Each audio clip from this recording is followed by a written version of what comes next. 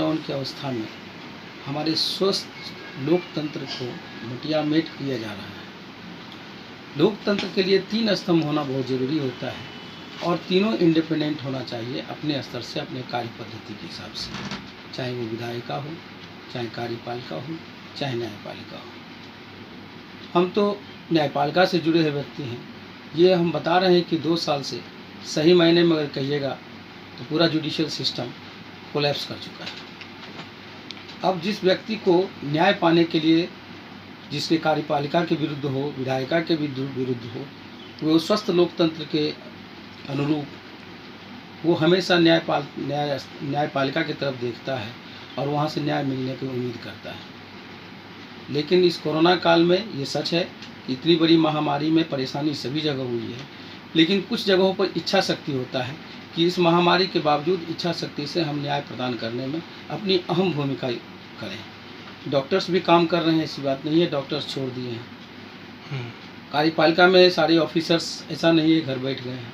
फिर न्यायपालिका में ऐसा क्यों, कौन सी व्यवस्था हो गई है जिसके चलते कंप्लीट न्यायपालिका को बंद कर दिया जाए? ऑनलाइन प्रक्रिया चालू किया गया तो बेल सिर्फ चालू किया गया।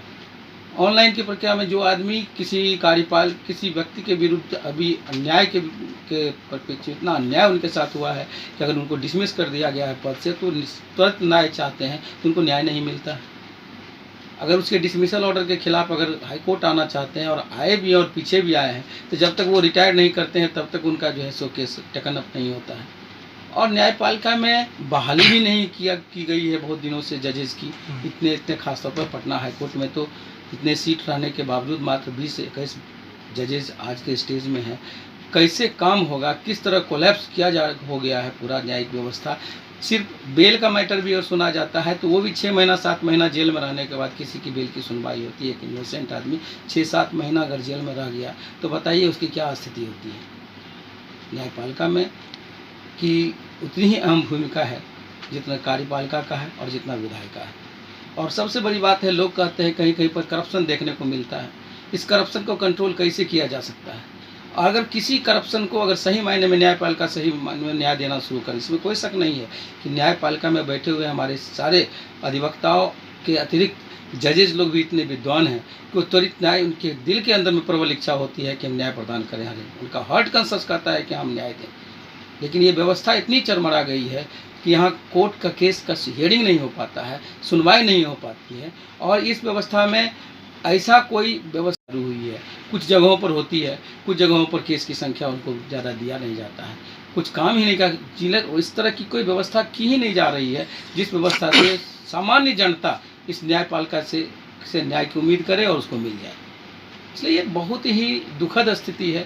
और ख़ास तौर पर ये दुखद स्थिति तो अधिवक्ताओं को देखिए। 2 साल से अधिवक्ता अगर न्याय की प्रक्रिया में डिस्पोजल नहीं हो, केस सुनवाई नहीं हो, तो कौन सा अधिवक्ता अपना काम छोड़ करके वो कहीं दूसरे जगह पर काम की तलाश में चले गए हैं। ऐसे ढेर सारे एडवोकेट हैं जो पटना में रह नहीं पा रहे हैं। ऐसे ढेर सारे एडवोकेट हैं, लोग हंसता है उनके ऊपर। ये क्या स्थिति बन गया है? ये है बहुत दुखद पहलू है। और हमें चाहिए कि जिस तरह से न्यायपालिका में सारे लोग हैं, इनका दृष्टिकोण भी है, इसमें कोई शक नहीं है कि इनका हर कदम व्यक्ति की रक्षा महत्वपूर्ण है, उसके लिए की जाती है। लेकिन रक्षा हमें उस सामान्य जनता के भी करनी होगी जो न्याय के लिए उत्साहित है और देख रहे हैं। इसलिए हमें लगता है और हम सभी अधिवक्ताओं को भी लगता है कि न्यायपालिकाओं को इसके प्रति सोचना चाहिए कि कम से कम अर्जेंट पोस्टिंग भी हो, फाइलिंग भी हो, जिससे ये लोग को न्याय त्वरित मिले और जिससे कार्यपालिका हो चाहे कोई भी गलत करने वाले लोगों को यह दहशत हो कि न्याय इनको तुरंत मिल जाती है और हम ऐसे सिचुएशन में कोई गलत काम ना करें। यही वजह है कि आज के दौर में चाहे ऑक्सीजन सिलेंडर की बात अब न्यूज़ में सुनने को मिला है, चाहे किसी और करप्शन की बात सुनने को मिला है, ये बार बार सुनने को मिलेगा। ऐसी स्थिति में अगर न्यायपालिका अपनी सुचारू रूप से कार्य अपनाएगी तो हमें उम्मीद है कि आप लोग इस बात को समझें और हर प्रबुद्ध आदमी को इस बात को सोचना चाहिए कि न्यायिक व्यवस्था में इतनी सुधार निश्चित रूप से होनी चाहिए कि आगे आने वाले समय में इस तरह के ऑकवर्ड सिचुएशन में भी लोग अपने जीवन की रक्षा भी कर सकता है और लोकतंत्र को स्वस्थ भी बना सकता है। अतः उम्मीद है कि आप लोग इस आवाज़ को पहुँचाइएगा हर लोगों के ऊपर। और आगे क्या बात बताएँ, आप सब समझ ही रहे होंगे कि किस तरह का सिचुएशन हर लोगों को फेस करना पड़ रहा है। धन्यवाद। अपने परिचय दीजिए। मैं आर के राजेश, अधिवक्ता, पटना उच्च न्यायालय।